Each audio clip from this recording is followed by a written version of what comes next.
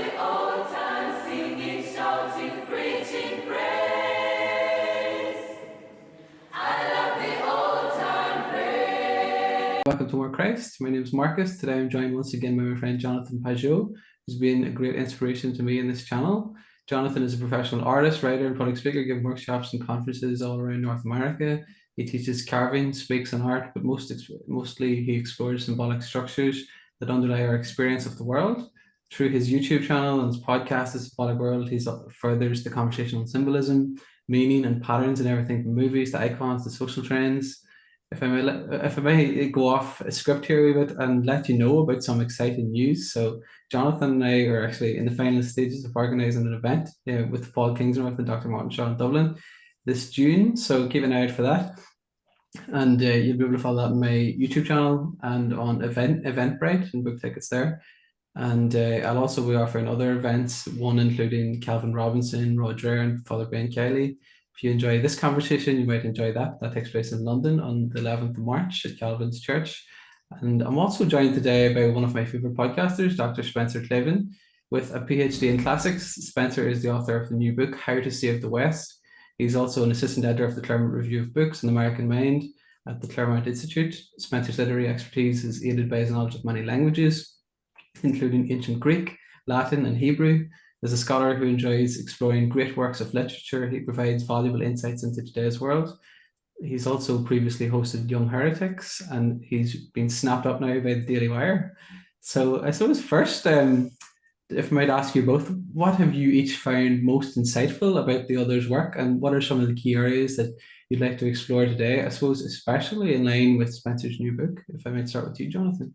Well, obviously I haven't read the new book, but one of the things that I found very interesting is that I met Spencer only once. I met him when I was at the Daily Wire, and it was really interesting because it seemed like we were very much in line. He was quoting all my favorite passages from Dante at me. Like, what is this amazing?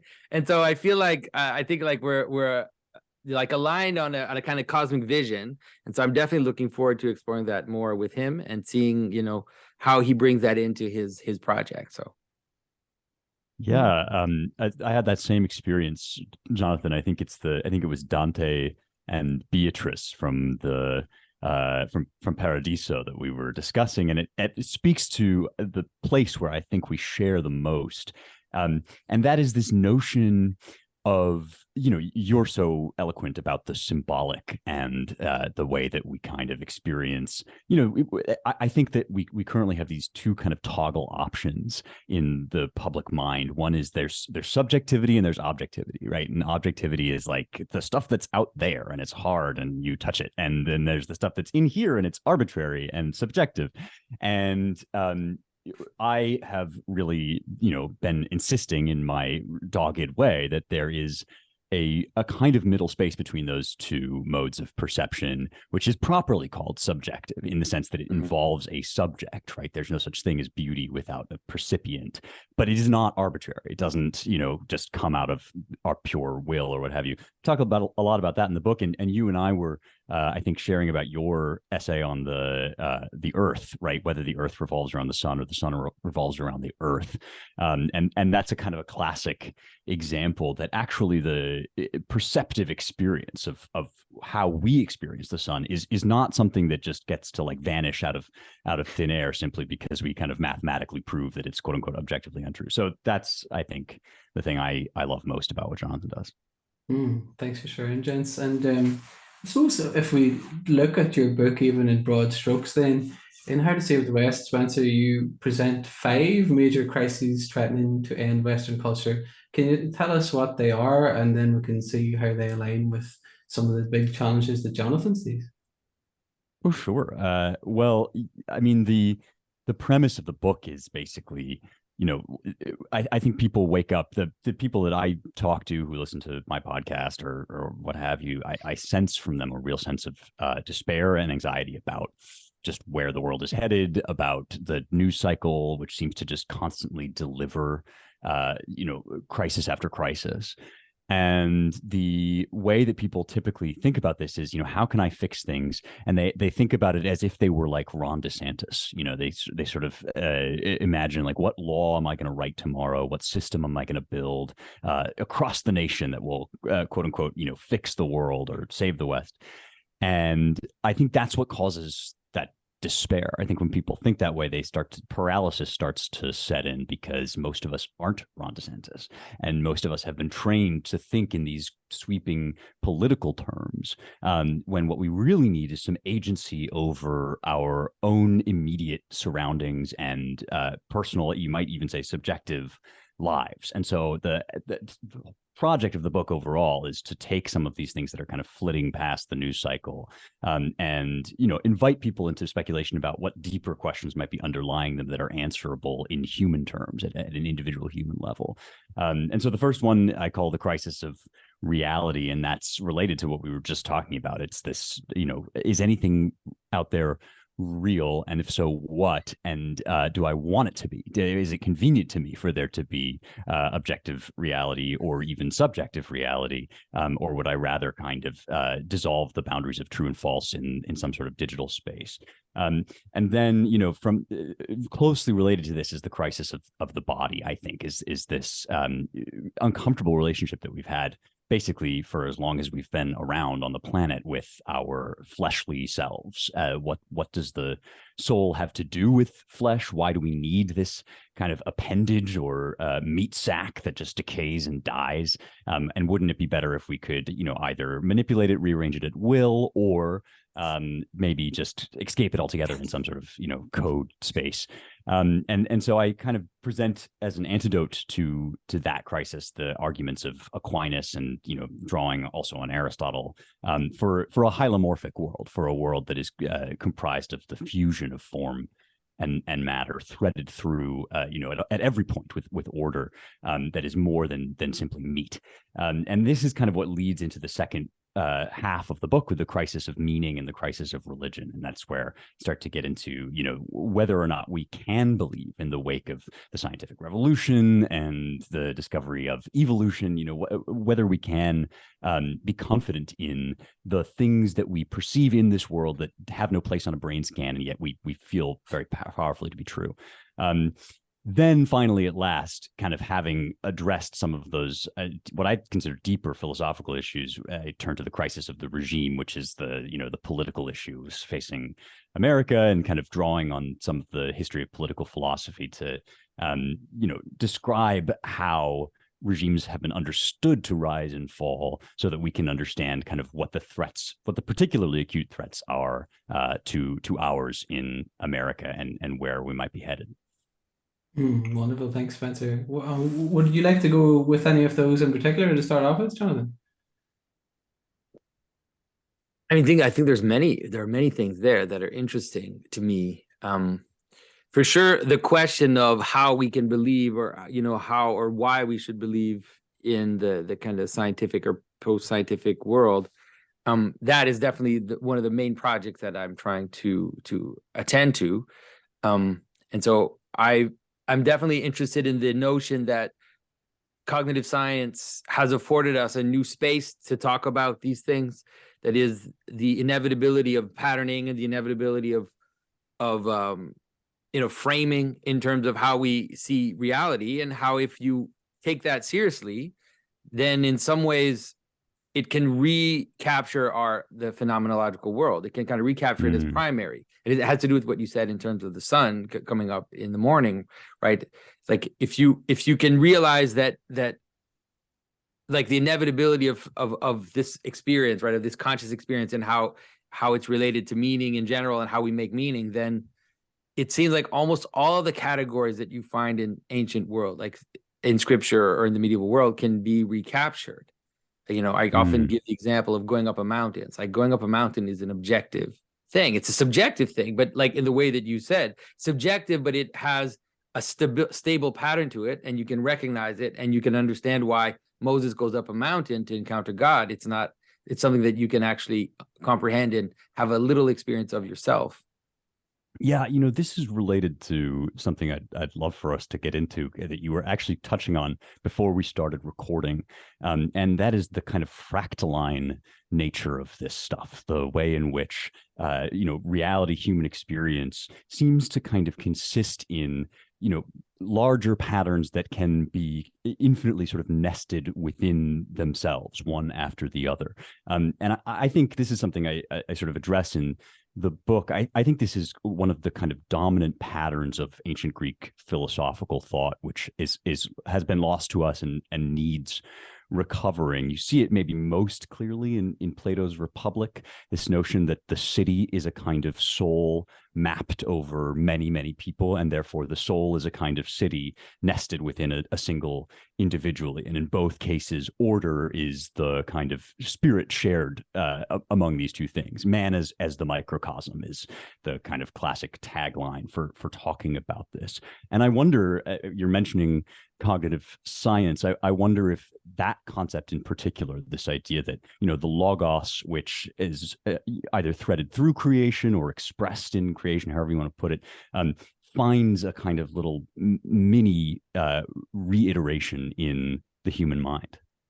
Oh, I think so. I think that to me, the fractal structure, that's the solution to at least to help people see what's going on. And one of the things I think we have access to right now, that in some ways it's hard to know to what extent the ancients had access to it. I think they did, but they would, the idea of microcosm, macrocosm, for example, you find that, of course, like you said, in the Greek thinkers, in Plato, and then it winds itself into Christianity and finds its place in St. Maximus, and in the more cosmic looking Christian thinkers.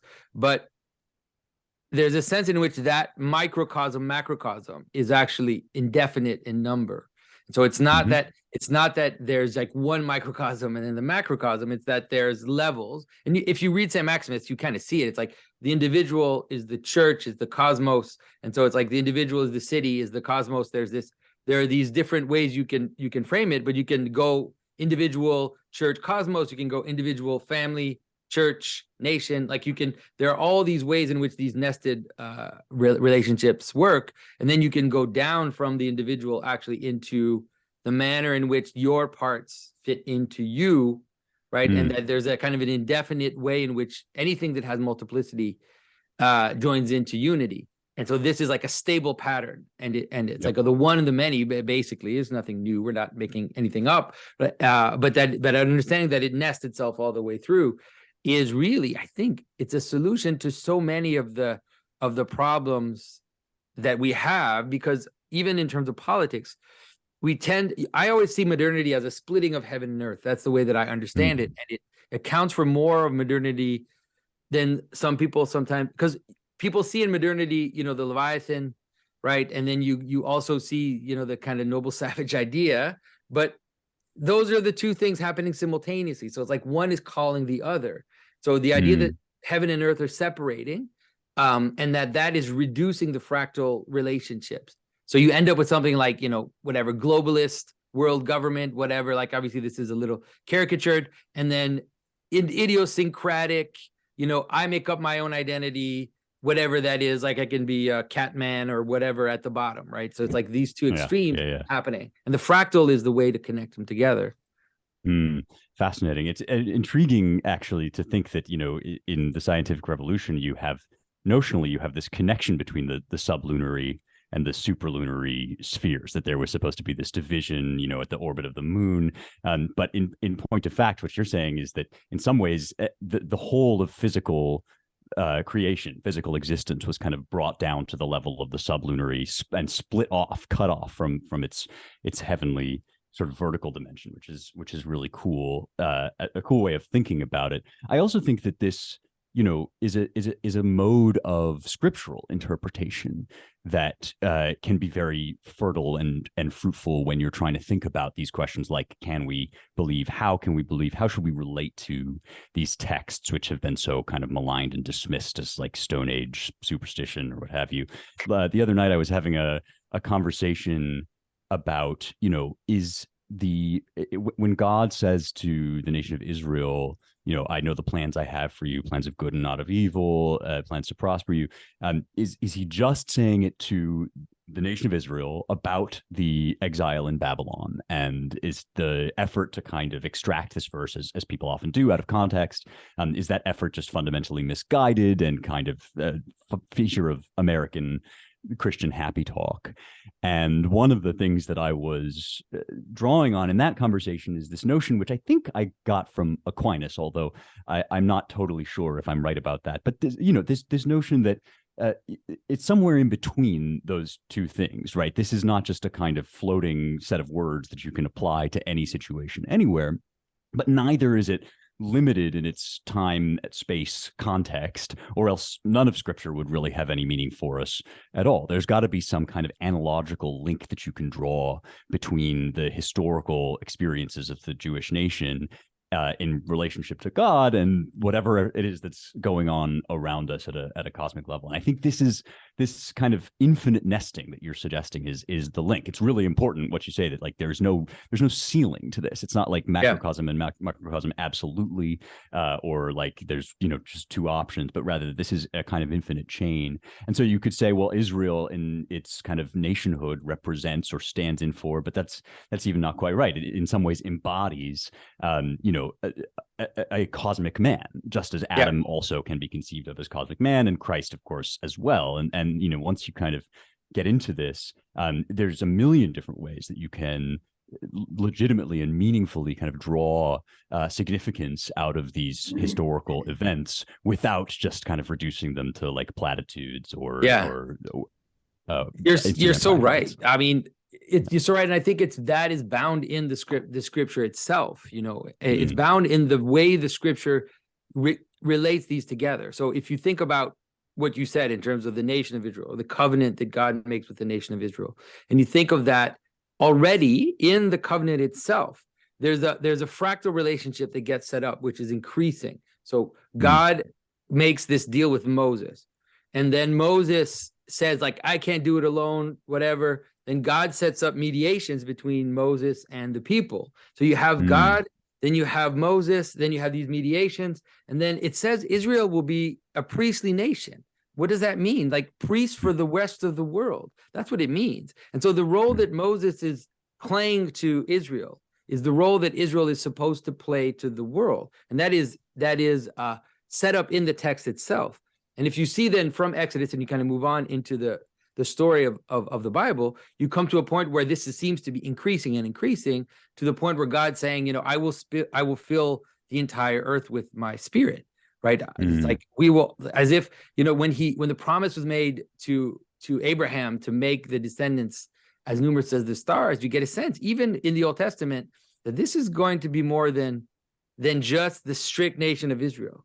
And we're moving towards a time where God's spirit will pour out onto all flesh. So if you see that as this fractal nesting, where it's like these increasing circles, it's like, I think it's right there in the text. And so it's not I don't think we're just trying to interpret something that we want to be there. I think it's there in the order of revelation itself. It's remarkable. I mean, of course, the prophets maybe wrestle with this most fruitfully in the lead up to the exile, and then in the restoration, the sort of building of the second temple. I sort of discern it's not so much a disagreement as just a kind of mystery, or a kind of waiting about that very question. Like, when the nations come to Zion, like, what will that look like? How can we sing the Lord's song in a strange land? And how is it possible for other cultures with distinctive kind of practices and this whole separate symbolic language, perhaps mutually unintelligible to the to the Jewish nation, right?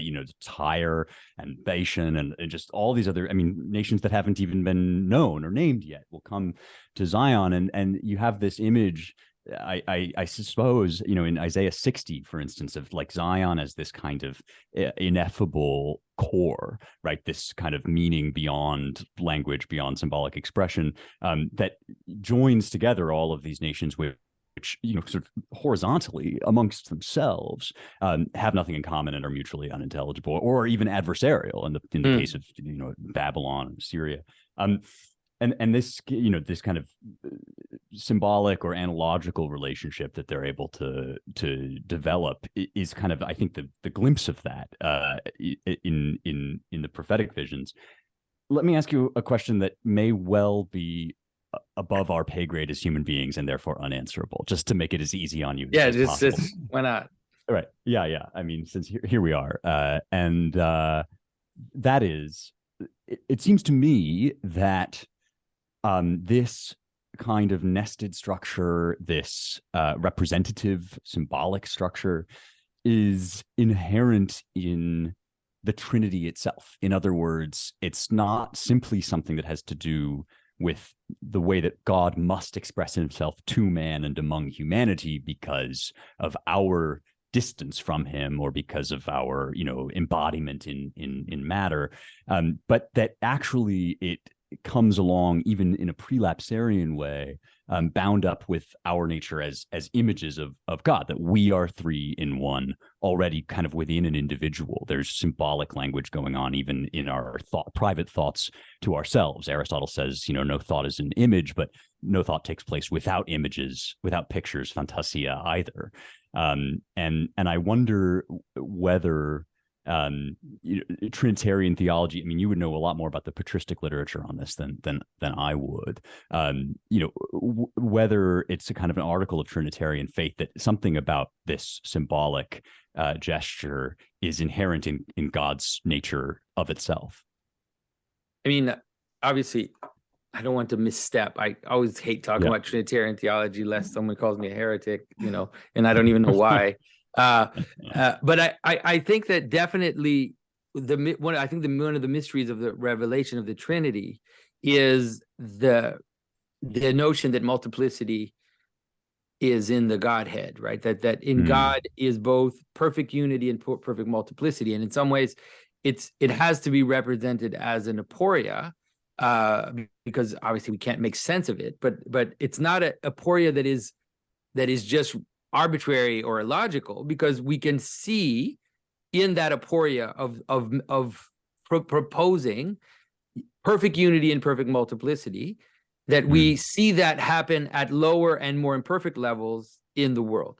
So in the world, we notice the coexistence of unity and multiplicity, and we can see when that is balanced, like when there's love, and love is holding multiplicity in unity, and we can see that. So I think that we are meant to live as an image of the Trinity, for sure. And I think that, so that's why I really do believe that I mean, I'm preaching for my own parish or whatever, but I do believe that the Trinitarian revelation in some ways is even metaphysically, it's like the deepest way to talk about the infinite that I can think of, because the problem with a kind of monadic vision, right, of the one and that type of language, and I mean, I don't want to reduce the Neoplatonists, but it can be dangerous because it tends to diminish.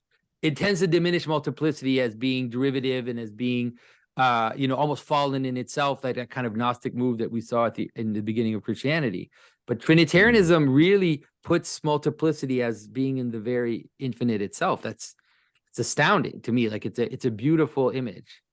And to return to Dante, I think of his beatific vision when he finally makes it.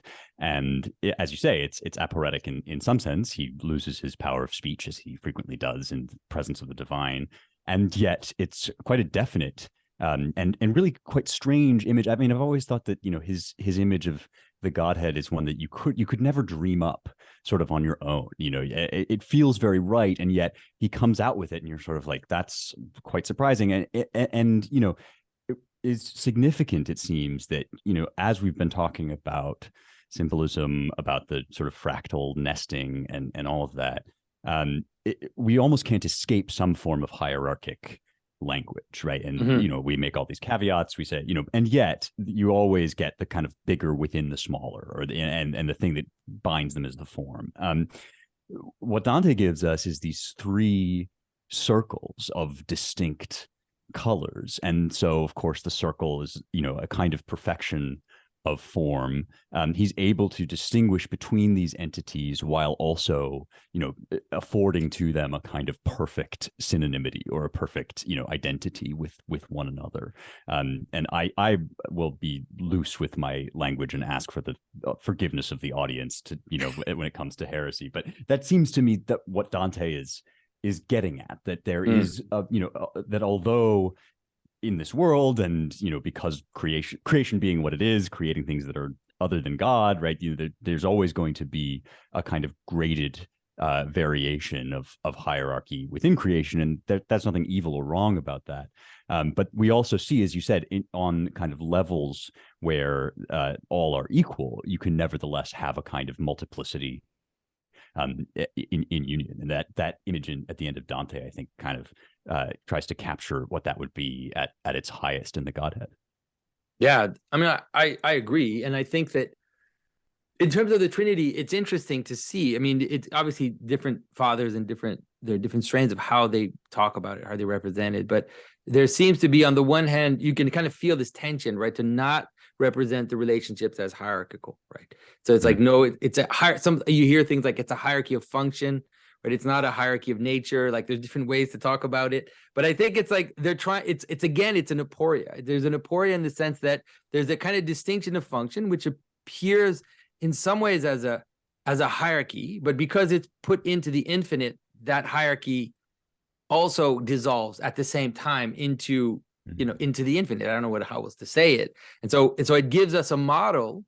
In some ways, it becomes a kind of infinite model of how we again notice the way that things work. So a really beautiful image of that, I think, is, for example, when Christ, so like Christ says, I call you my friends. It's a beautiful image because the disciples are not the one calling Christ his friends, right? It's like, it's not the disciples saying, hey, buddy, Jesus, yeah, my buddy. Like, they're not the ones doing that. Christ is the one saying that. So it's as if there's an acknowledgement of a hierarchy, but then that hierarchy is almost reduced in Christ calling the disciples to participate fully in him. And so it's like this, it's really powerful to think that it both tells us like Christ is above them. And even when he washes their feet, it's like there's a reason why they're shocked, is because this is actually this kind of kenotic movement that's happening from above down below. So it actually reinstates the hierarchy even when he's washing his feet. I'm sorry, Christians. He's washing their feet and they're all shocked. And so it's both him like losing himself in that lower part, but then also reinstating it inevitably just by the fact that he's doing it. So it's like that type of move are the types of moves that Christ does to at least give us a hint of how this kind of equality and hierarchy can exist in it, how it seems to exist infinitely in God somehow. I don't know how to phrase it, but well, it threads right through so many of his sayings, not just that moment, which you're right is I've never quite thought of it that way. It's very beautiful, beautiful in its simplicity almost. But also, he who would be first must be last, right? Is kind of the little gnomic version of what you're saying, and also the parable where the keeper of the feast says, "Friend, go up higher." It's not that, like, if you put yourself there somehow, you've destroyed the entire dance, and yet if you offer yourself in humility, then you've created the opportunity for that philia to be kind of offered. There's a little tossed off comment somewhere in C.S. Lewis. I'm going to forget where he says it, but he mentions that condescension is this beautiful word that we have spoiled. And it's a beautiful idea. I mean, when I descendo, when I go down con with you, or you condescend to me, our sort of maybe it has to do with what Alexis de Tocqueville says about Americans, that there's a kind of mania for equality in us, that it can kind of be let loose. And we have this egalitarian kind of rankling that I'm as good as you, and nobody is born, at the natural master of any other, and all these things, of course, are true in a certain sense. And yet, as you say, we recognize everywhere around us that there are people with greater gifts than us, people with other gifts from us, or in positions where they, for one reason or another, their grace consists precisely in lifting us up out of a lower position, which you can't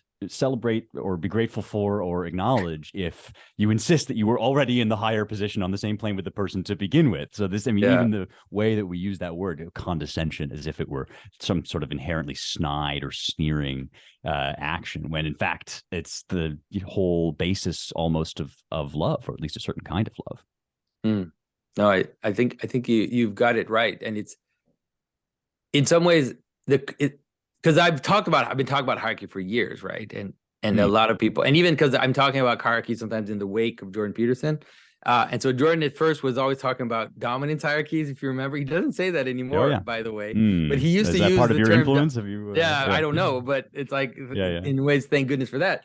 But I think that that is one of the mysteries that Christianity seems to offer, which is that Christianity, I think, is hierarchical, but it's properly hierarchical. It's like canonically hierarchical, which is the idea that we do recognize those that rise up, let's say, and that become heads, kings, princes in different spheres of reality, but that we know, like, the way it's supposed to be, at least in the Christian image, is that those that rise up give themselves back to those that are below. And so the notion of like the servant leader, it's a bit of a cliche, but I think it has a very deep structural purpose, which is to preserve the importance of hierarchy and the inevitability of hierarchy, but understand that the proper mode of hierarchy is love, right? The one that is above loves those that are in his body, right? The king loves the people, the husband loves the family, loves his wife, and so that's the type of imagery that's given. And I think that I don't see a better solution to the problem of hierarchy than that one. Yes. This year I have encountered for the first time, and maybe I should be embarrassed that it's the first time, but I've encountered Thomas Traherne. And I guess by this year, I mean last year, 2022.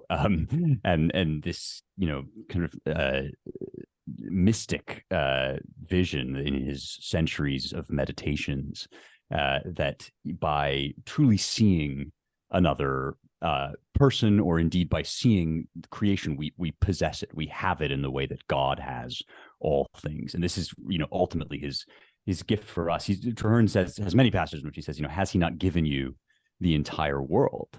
And you sort of think, well, actually, no, I'm just a schmuck with a house in Nashville. And he says, no, by giving you eyes, he's given you the entire world, essentially, by giving you a consciousness that's capable of delighting in other things besides yourself. God has given you a gift that's fit basically only otherwise for him and for the angels. And I found this very illuminating when I went back to a passage in Paul, which is sort of cited so often that it's very easy to overlook as just a kind of one of those platitudes, and that is the passage about the body of Christ. And, shall the eye say to the hand, because I am not a hand, I am not part of the body, and so forth. I think I've heard a lot of sermons about that passage that go something like, everybody has different gifts, and isn't that nice, that we can all do different things in the church. And of course that's true, and probably a part of what Paul was saying, and yet it's much more profound than that. To be a member of a body with other people, and to learn to delight in them the way that you might delight in a sunset, right? That and in some ways think of the talents and gifts of others as given to you, because the moment you're able to take delight in them, rather than envy them or be jealous of them, suddenly they do in some sense belong to you through that philia, through that love. And it's it's achingly beautiful, except of course that it's so hard to do. That doesn't stop you from then going away and sort of being jealous of people and having that broken man within. But still, it's a lovely idea. And so what I'm curious a little bit about, Marcus, did you have a chance to read the book yet? You have read it, right? Yeah, it was So good. I'd like to hear a little bit, based on what we're saying, what your what your perception is in terms of the some of the solutions or ideas that Spencer brings about. So I think one of the things that really struck me with Spencer was, and it started on Young Heretics and it's kind of been reiterated in the book, but like your dad too actually used to say, Spencer, is that Trinitarian structure as a kind of foundation and how that works at a kind of fractal, a kind of fractal manner. That's stuck with me. And one area I was kind of interested in exploring was how this applies. Something you talk about is that how evolution is biological and cultural, and it's endless. Kind of like you said, there's no ceiling. It seems to be this plays out with evolution too. But how, in line with that fractal pattern or Trinitarian structure, do we come to the kind of original model in this kind of mimetic way? And how does that contrast with the kind of dominant kind of philosophical Darwinism that's materialist in structure, doesn't have that figure to actually mimic as a kind of a good in and of itself? Does that make sense? Yeah, this is something that I think first struck me with when I was reading René Girard, of course, the great expositor of mimesis of a certain kind. And it does seem to me that you talking earlier, Jonathan, about dominance hierarchies, if indeed our imitation, our symbolic language, our mimesis doesn't have some bedrock, have some final model or frame of reference, then it really is just dominance all the way down. Then in fact, all the reductive things that we were saying aren't true. That like there's no ceiling to reality where, and there's no kind of like just pure relation of dominance and submission. If you genuinely believe, as for instance Richard Dawkins does, that like it's just replication kind of all the way down, then the world is basically reduced to a kind of power play. One of the things I think I say in the book is, if different texts from antiquity carry different weight at different times, which seems sort of obvious, except that we have this notion of the canon, right, as consisting of certain books and no others, or books having different kind of weight within the hierarchy.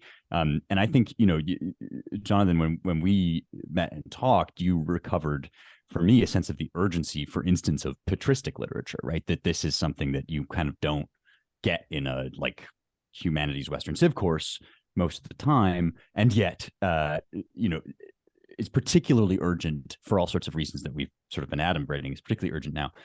Another text that I present in the book as being sort of newly or freshly urgent is Plato's Timaeus. And contrasting what a humanities education would have looked like in a medieval university with what a humanities education in America for the last 100 years has looked like, right?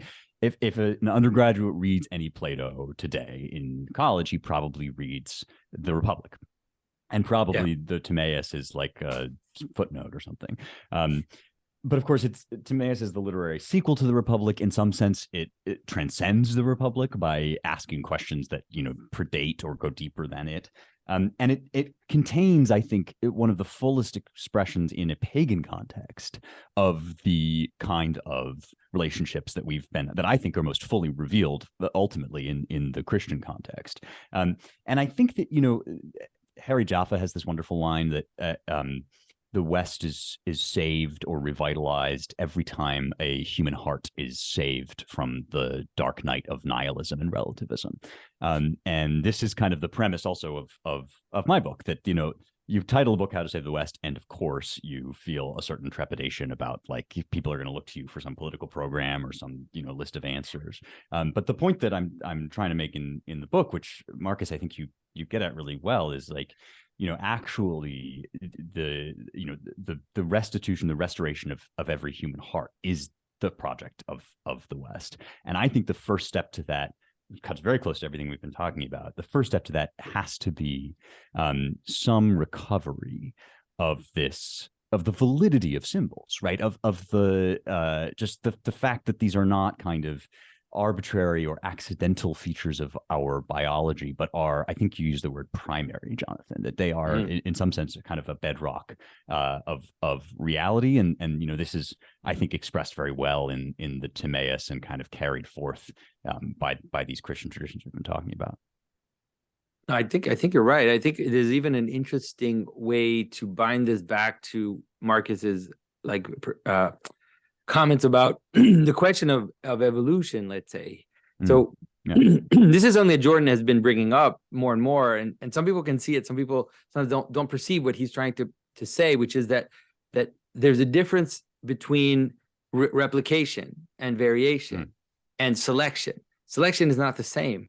And what Jordan, without using Platonic language or using Christian language, is trying to point to is that selection implies a good. There's no other way around that. That all selection implies a good. And so the question is, well, if all selection, no matter what level you see it, from the most basic, level of biology to who you decide is the president, like from all these levels, necessitate at least the notion of the good. And so it's as if Darwin, without knowing it, is bringing back like a kind of metaphysics of quality then reinscribes itself right into the system, even from the bottom up somehow. And that is why I think the idea, for example, that's why I think, if we talk about Jordan again, like why Jordan has now moved away from talking about dominance hierarchies to talk about reciprocity in hierarchy, and how he says it's actually more accurate to say that there's always a kind of reciprocity that manifests itself in hierarchies, and that, let's say, that reciprocity is less apparent maybe in lower levels of life, but that as it kind of moves up towards consciousness, then becomes more and more apparent. He talks about chimps all the time and stuff, but that this sense in which, if we understand these goods, then as we can perceive them, right, we can see the goods and we can see how they're embedded together. And the question is, how do they scale up more and more? And then we're like from Darwin straight back into Dante, like just jump from one to the other. And we ultimately now entered into the ascent up purgatory, moving up into the virtues and into the notion of being itself. And it's like, I think it's such a crazy time, and it's hard to formulate it for people, but I think we're getting there. Like we're kind of tossing out ways to formulate it so people can see the strange flip. And the flip that's happening is really similar to the Dante flip. It's like materialism brought us all the way to the bottom, right? All the way to the bottom, where we thought we'd reduce everything to mechanical causation, to just these chemicals that interact with each other.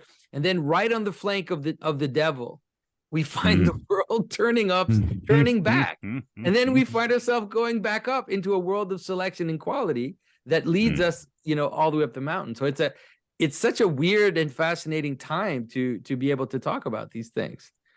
Wow. Yeah, that's beautifully put. And it is very difficult to get people to see, I think, that because one of the rhetorical moves, I think, that we performed to get us down to that kind of pure clockwork, that mechanical universe, was to adopt all sorts of language that implies action but no actor.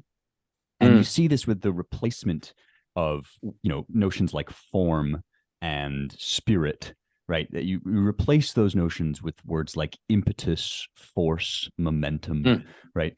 And these words, because of the way I think language sort of calcifies over time, they have these dead metaphors inside of them that enable us to trick ourselves into thinking about action and spirit without will or intention. And when you really ask people to say, well, what's behind that language, right? What is a force? What's energy, right? They either can't do it or they don't even know what you're asking, right? These are kind of primary categories. It just is like it's like a crackling blue force that moves through my picture of the world, and this is everywhere in the scientific. I mean, it's mostly it has a lot to do just as a sort of nerdy linguistic note, I think it has a lot to do with the transition from Greek to Latin, that Latin, Mhm. as it becomes this kind of erudite language and associated really with the kind of, the university, has this kind of clinical tone to it, this feeling that we can trick ourselves into using it as if there were kind of no consciousness behind any of this action. But as you're saying, of course, the more you chase that down to its nub, the more the action kind of comes in the back door. The consciousness comes in the back door. This is what's happening to physics right now. Yeah. Like as we speak, the physicists are dealing with this problem. And there is, I think, just the simple observation that, right, think about like the invention of the word meme, right? Dawkins writes The Selfish Gene. He proposes this idea that there are not just actually physical structures that are better or worse at replicating themselves and surviving. It's also cultural patterns and practices and modes of behavior. And as you say, there's a concept of value smuggled in there. There's always a concept of the good, right? And it just so happens that if you want to exclude will and consciousness from your picture of the world, then the only concept of the good available to you is survival, is brute strength, or some form of longevity or smarts or cunning or whatever. And people can't live that way. So there is kind of this, I think, as you say, there is this turn now to recognize that if every action implies some good, if there's a standard sort of involved in everything, then there must in fact be some actor behind all these action laden words that we're using. Yeah, and even if you can see the fractal running all the way through, right? If you can see the fractal running all the way through, then all of a sudden let's say survivability. So think about it in terms of metaphysics. I always kind of want to use metaphysical words to talk about this. It's like what is evolution? It is the tendency of being to persist, right? It's the tendency of being to be. That's what evolution is. And so if you can nest that together, so you think like survival, I have to care, let's say, about my survival, but in order for that survival to be at its highest good, I also have to have a certain amount of care for those that are subjugated to me, because they are in some way that which make me survive. But then I also have to participate adequately in whatever higher structure I'm participating in. Right. So it's like whatever higher structures I'm participating in, I have to. So if I just become parasitic and I just want what's mine where I am, that will in the end, like I say, at the bigger scale, it will not foster even my own good. Right. Like we know that because it happens in us. Right. We become obsessed with something. We just want to have this one thing. We think that's what we need. And then what happens is that the system self-destroys. And that happens at the level of the individual. If an individual just tries to survive in a system without giving up to the system, so think about a policeman, he just tries to get as much as he can from the system without feeding into the higher participations he's in, at some point, it's going to crumble, and his own reality is going to crumble. So there's a sense in which if you see this even survival as being embedded all the way up and up beyond human beings, then again, you're back in Dante. And it's like, then the virtues matter. Then the goods that you perceive as the manner in which we come together, love, honesty, all these laws that we have are actually very easily defensible in terms of understanding survivability at higher levels of participation. And so that's what I mean. Like, it's this joke, like it's almost like a joke to notice how if you take all this very seriously and you look at how everything embeds, you end up back in a metaphysical universe from the bottom up. I have a question for both of you. I mean, Marcus, if you've got thoughts on this, please jump in. You mentioned, and I really agree with this, you mentioned the sort of difficulty of getting these ideas across. And I think we can we have been talking about sort of reasons why that might be. I'm wondering about your state of optimism or lack thereof regarding it. I mean, because on the one hand, it's really easy to just sort of feel like the kind of weight, the inertia, to use a quasi sort of scientific term, right? The inertia of this way of thinking is so great that people can't even, it's like water they're swimming through or air they're breathing. And yet on the other hand, you are implying, I think, and I feel this too, that like there's an inflection point like going on right now, that there is this kind of turn about to happen, or even in the process of happening, where people are kind of, hitting rock bottom and then going through to the other side when at that moment when gravity turns upside down, and I wonder, is that just kind of something that people who like us who get to talk about this stuff, do we just have to kind of wait that out and keep talking about it, or like what's the what's your prognosis on that?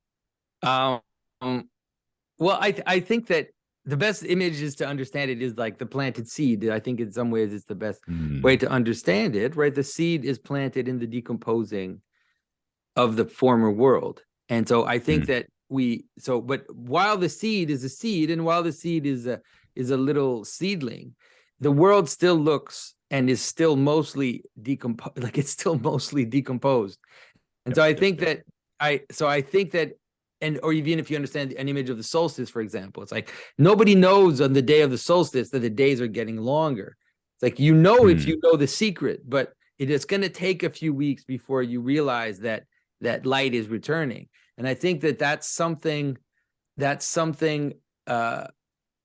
that where we are. Is I think that on the one hand, things are going to get a whole lot worse. I mean, things are going to, I'm sorry to announce this.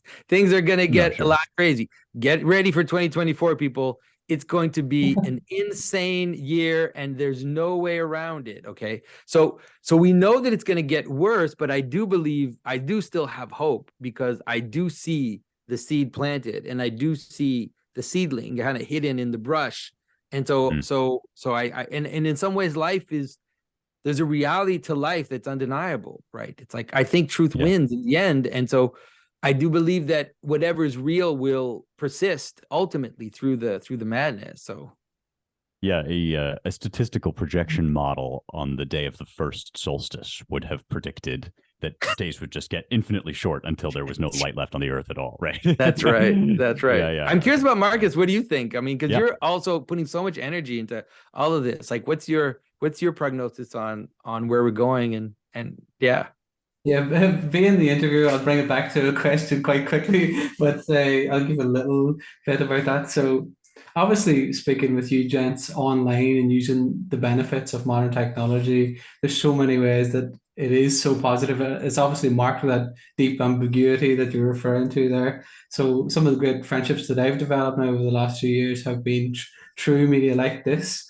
And now, thank God, I have been able to take that with these events that we're planning for Dublin and things like that into embedded kind of proper communities, and then hopefully that will plant those little seeds to go out into the rest of Ireland and around the world. And I've been blessed to have wonderful events with Paul Kings. Most people came from Slovakia, all these places. I've never been to Slovakia. How would I meet Slovakians if it wasn't for things like this? But obviously, one thing I appreciate about your work, Jonathan, and both of you guys, is that you do talk about this dark side of technology. And I've always been struck indelibly by Ivan Illich and how he describes the kind of corruption of Christianity. So the corruption of the best is the worst. You get all these wonderful gifts, but then subverted. And then I suppose in some ways you just pointed to the opposite of that with these great crises. They're the greatest opportunities. And Dr. Richard Beck, he talks about that at a kind of psychological level too. But I think, now to bring the question, I want to ask you guys how you think we can, not in a kind of easily definable way, get that virtual reality, or that relationship with virtual reality and virtual technology, that we can supplement our real lives with the staple that you're talking about. And that's another thing in Spencer's book, The Importance of the Body. The importance of embodiment being the staple. How do we then get, if I might use that analogy of food, how do we get use these technologies as supplement so they're not subverting the kind of our Christian witness? Yeah. Don't want to go on too long with that. That's a great, I think to me, that's a great question. And I think you're using the right words, that you're using the right words when you talk about technology as supplementarity. I think that's the best way to understand it. And that's the way that we can understand it, where it will play the most positive role. That is, technology is an extension of embodiment. That's what it is. It's an extent, a car is an extension of your body. Everything that has that, all the techne is extension of power on the world, right? That's what we have.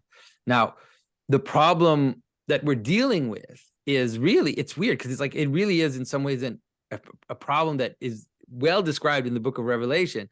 It's the problem of an image that speaks, right? That's the problem. It's the problem of like an extension of you that speaks. And so what's happening? What's going on? So all of a sudden it's like as if the world of techne is trying to reach into the world of intelligence, and it's kind of like trying to pry at the door of intelligence.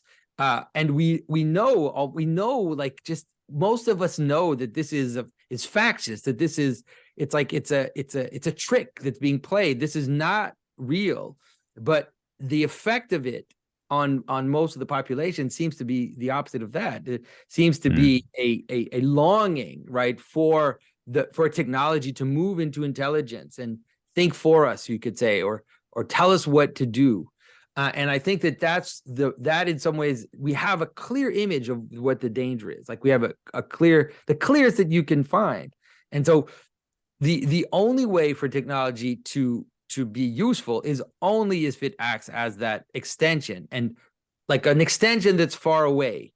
And so you talked about that before, Marcus. So it's like my priority is my spiritual life, my family, my community, and then that can reach out into the extensions that technology affords me. But the hierarchy has to be in the right order. And I'm not saying that, telling you that I've succeeded in doing that. It's very difficult, but I think that's the proper hierarchy. And if we have it in that proper hierarchy, technology can actually be a great boon because it does extend us. Like it really does. So like the message that I'm saying, I never could have been speaking to so many people, 1,000 years ago. There's no way. And so it's like, so it does have a great power that we could, that can be used properly if it's in the right place.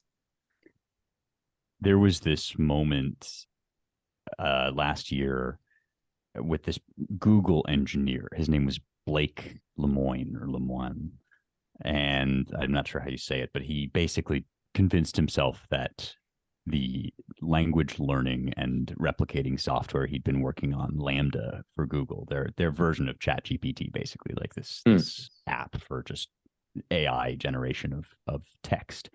He convinced himself that this program was alive. It was a program that he had helped to build.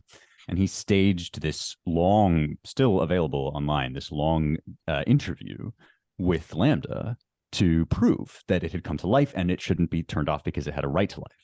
And it involves things like, what do you think of as your soul? Do you have a soul, and what's your soul like? And yes, I have a soul. And he would come back to him with all of these things that it knew he wanted to hear, right? Because this is sort of how this stuff works. It takes in patterns of speech and then it spits them back out in new combinations, very clever ways. And there was something very sort of tragic and heartbreaking about it, because the concept of the soul that this program had was almost identical. It was like the perfect version of like a Silicon Valley kind of, guru, like flirting with Buddhism. It's a Stargate. It's like this, a radiating ball of energy, whatever. And so it was just obviously a mirror. He's obviously looking in a mirror that talks back at him.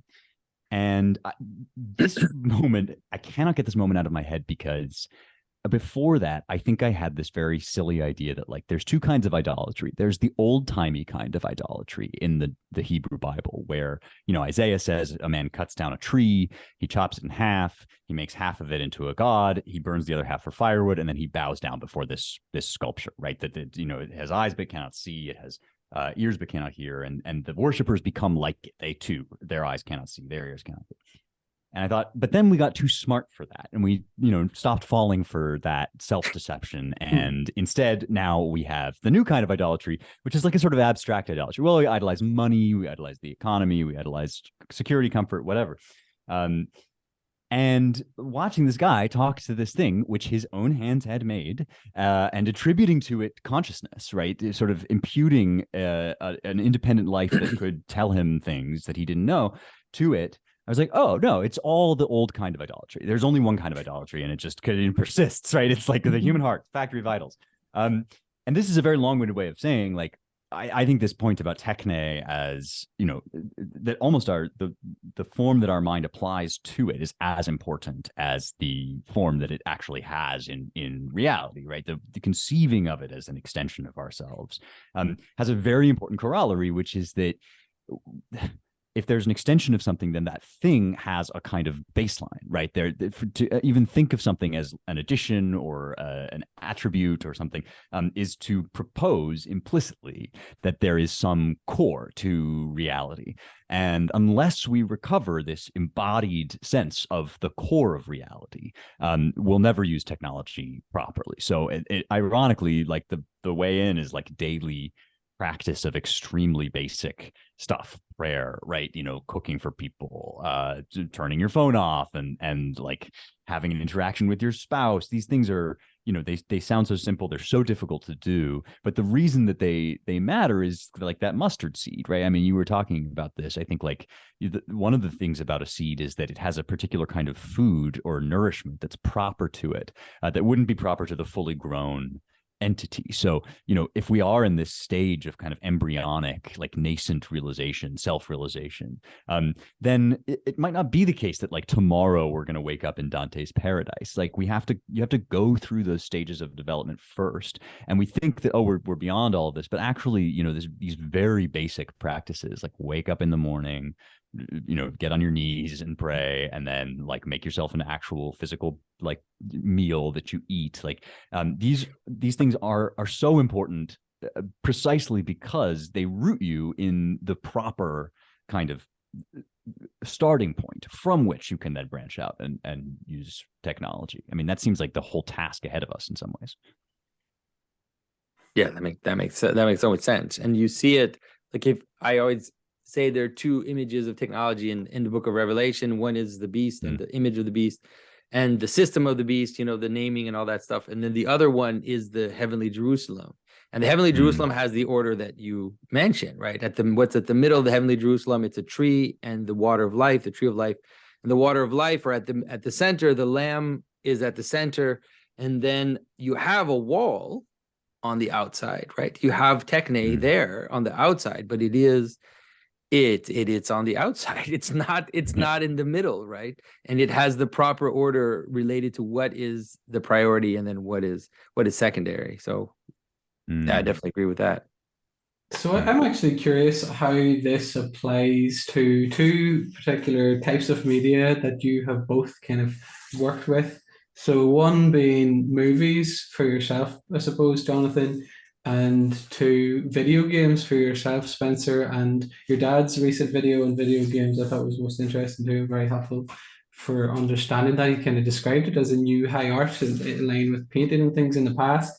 So I'm wondering if I know from my experience, I've used some of your videos teaching kids in school and that, Jonathan, and the point of entry was really through movies, Logan, commentaries, things like that, and then they come to the mountain to see the biblical patterns through that. But I'm conscious of what you just said, Spencer, about people starting in this kind of very secularized world.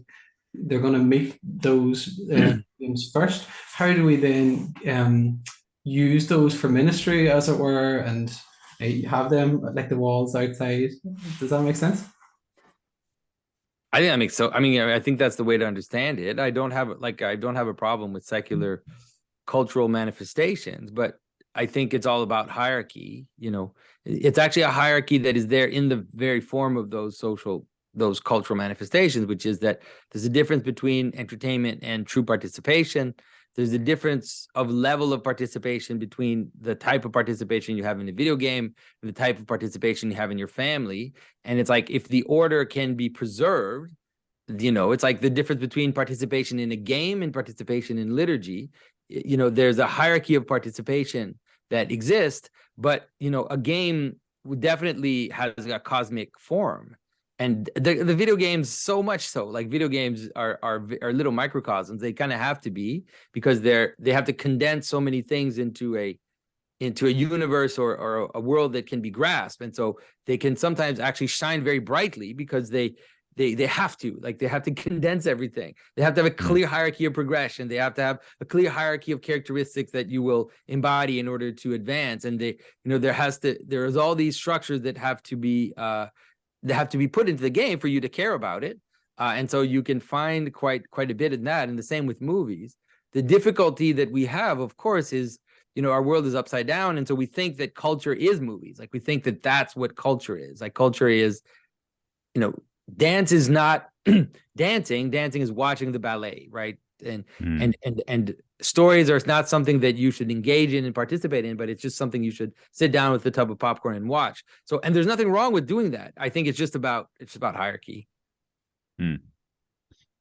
Yeah, this problem with video games, which you are sort of alluding to, Jonathan, which is that people are hypnotized by them, because I'm a great lover of video games and have defended their proper place in that hierarchy, and I'm kind of on the hook for this, so it's like people come to me all the time with like, well, my son plays 6 hours of video games at a stretch, right? And my usual answer to this is like, well, Plato would like a word, because just because something is art doesn't mean it's necessarily good for you, and it's not necessarily good for you in all those quantities, right? And I think that this is, I went to this concert of Final Fantasy music here at the Nashville Symphony, and it was really beautifully done. And they had these, they kind of played video from the game as they played the score, and that is certainly a little universe, a kind of imaginative universe, which draws these very dreamlike associations between things, and is clearly working out some sort of idea precisely about the role of technology, the kind of threat that technology poses to our imaginations, to the kind of hero's quest, and so it's obvious that something is going on here that we would be sort of foolish to deny, and yet, as we have known for a long time, or people who think about this stuff know, like, art is radioactive material you handle with care, right? And it has a kind of seductive power, as precisely because of its importance for us. It's how to put it, it's kind of weapons grade emotion, and I think that I love that weapons grade emotion. That's awesome. I mean, this is like this is the term that I was trying in grad school to kind of express like what Plato thinks about music, and I think that's kind of it. Weapons grade emotion is like, it's just straight into your veins, and Augustine has this wonderful comment in book 10 of the Confessions where he's reviewing his passions and his appetites, and obviously he's had this tremendous struggle with his sexual appetite, which he's now kind of overcome. But that approach that he uses, he has this wonderful insight that the approach he used for his sexual appetite, which was effectively to quit cold turkey, is actually not applicable to every situation in which you might feel desires or overindulge in things. And the classic example of this is food. Like, there is a problem, which is that we eat too much because we like the taste of food. And Augustine puts this as like, your desires outstrip your health, what's objectively good for you. And yet God has made it so that we can't just say, well, I'm just not going to eat, right? Because you'll die. And so you're actually forced into a relationship of engagement and therefore mastery, right? If you're going to survive in this world, you can't simply renounce your passions. You actually have to affirm them and gain mastery over them, and understand that even though they seem very powerful, their proper place is actually beneath your reason, is actually in subjection to the governing principle of the hegemonicon, the thing in you that is sort of most closely connected to the divine logos. And I think that we're in this position right now with a lot of our tech and with a lot of our art. Video games are a great example. It's like you are being offered something that you can't deny. It's no solution to just say, well, scrap this altogether, ban it, kick it out of the public sphere because it just is bad for us. And yet, it precisely because it so obviously has excellence, it's the kind of excellence that it has is something you need to handle with care and learn to exercise self-control over, which is a daily practice. But it's like there's really I think God has put us in a position where there's no other way out, basically, is what I'm trying to say. And we're right back in Dante, again, because it's always about, the way that Dante frames all his story is that it's all about mishandling of goods, things that are not things are not bad in themselves. It's just about having them in their proper place. And in some ways, it's like it's the role of mediation to some extent to be always dangerous. Like all mediations towards the highest good are dangerous because they're not the highest good. But that's also how the world works. It's like without that, there's no world. Like the world is the mediation of goods into multiplicity. And so the very fact that multiplicity is there, is both this great opportunity to have this ladder of goods that you can participate in, but it's always, like you said, it's always a danger because you can always mistake, the step of the ladder for the final place you're going. So I think that, but it's true that we are in a position right now where we're so assaulted. It is more difficult because, we are assaulted by very sophisticated, very sophisticated stimuli and things that try to kind of gain our attention from us. So it's difficult, but for sure that's the battle that we have. That's our generation's battle, is in some ways a battle of attention. Like what is going to get our attention and how much of it are we going to give to different things? It is remarkable how often it comes back to Dante, and how often just in general the Middle Ages seem to have something for us that they maybe haven't spoken quite so urgently to generations before ours. But I mean, this I like that the battle for attention.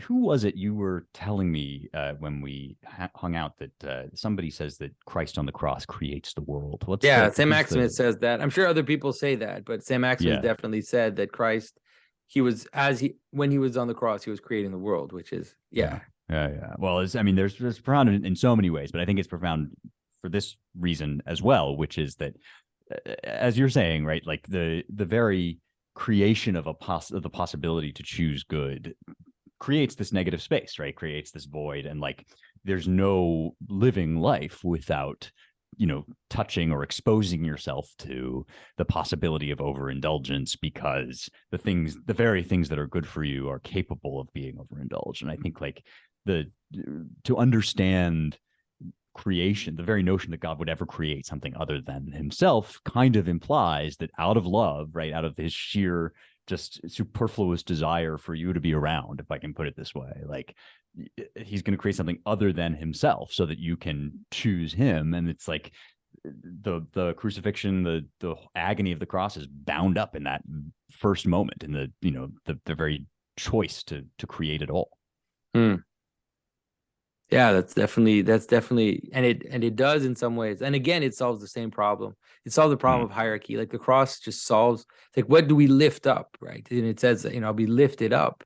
It's like lifting up, and it's a man being tortured and crucified. That's what's being lifted up.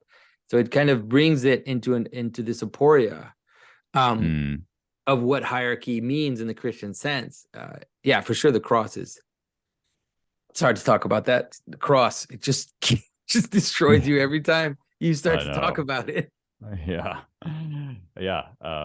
I mean, the analogy with the serpent in the desert, if analogy is the word I want, right? Like, I think I mentioned this to you at some point. The discovery that hit me the first time I read the Gospels in Greek, which is always when people say, like, why do you learn Asian languages? What's the point of any of it? Why would you, like, aren't there good translations? I realized when I read the Gospels in Greek that I had never understood the Christian concept of forgiveness, because Greek has two words for forgiveness, one of which is quite common, at least in classical antiquity, and that's sungnome, like the knowledge alongside somebody. I understand why you did this. But the Gospels, so far as I know, never used that word, which would have been very normal and natural to use for chesed or for forgiveness or whatever the Hebrew concept is that they're translating. And instead, they use this word aphiemi, and aphesis is the noun, and that's apo, away, and hiemi, I cast away, right? I throw away. And when you actually forgive somebody, you might not understand why they did anything at all, right? You in fact you cast it away, you make it of no account. And this is also the word that I think Luke uses for giving up the spirit on the cross. When he gave up his ghost, he aphiemi. And so that act of forgiveness, which is the same as the act of separating your very soul from your body in some sense, or yourself from yourself. You're right. This is like talking about this just kind of dissolves one into a blubbering heap, but it is very it's the answer to everything. And so I'm curious, Spencer, what are your hopes for the book? Like what do you hope to foster? Oh, well, thank you for asking that. I first and foremost, I hope that people can gain a sense of ownership over the classical tradition, over the text of the canon, but also over their intuitions of that which is more than mere matter, that which is immeasurable but real. And that's kind of the extended argument of the book. That's how I concluded, is that we've been talked out of our intuitions. We've been talked out of the kind of internet version of this is like, what's your source for that, right? What's your source for being in love with that person? What's your source for the beauty of that sunset?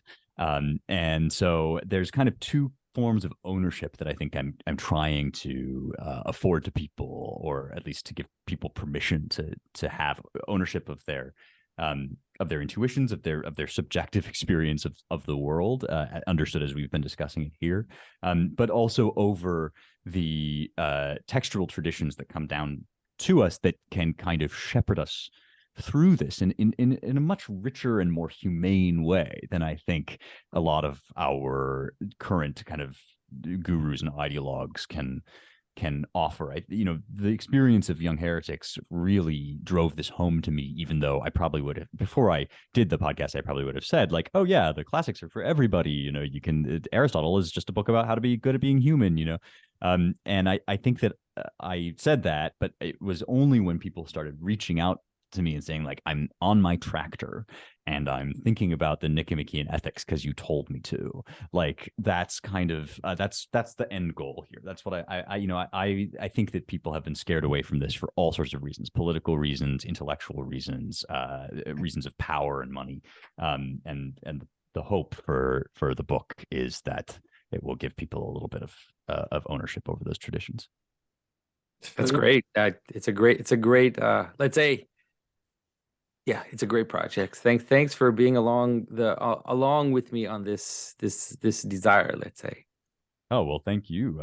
It's a pleasure and an inspiration to talk to you as usual. And by the way, just for people who are watching, Spencer and I are going to be on the same documentary for Daily Wire. We're going to, I don't know if they're not going to see us together, but we're both participating in the history of the Western civilization for Daily Wire. So that's going to be fun. Yes, we're spiritually together, even. That's right. Not, literally together. Yeah, because I'm really looking forward to, you've got the Jerusalem episode, right? That will be coming out, and I was in Greece, so that'll be out soon, I think. Yeah. There's a lot of exciting things happen. Thank you so much for joining me today, gents. It's been a pleasure as ever, and I look forward to getting together in June in Dublin, Jonathan, and God willing, we'll get to do something, Spencer. I know we mentioned Nashville, but I don't know, logistically, America seems difficult, so maybe we'll be able to bring you over to this side of the Atlantic at some stage. I would love that. Amen. That sounds great. Thanks for bringing us together. Thank you, guys. Yeah, thanks, guys. I'm going there. Nobody can stop me. I'm going there. Don't you want to go too? I'm going there. Nobody can stop me. I'm on my way. I'm going there. I'm going there. Nobody can stop me.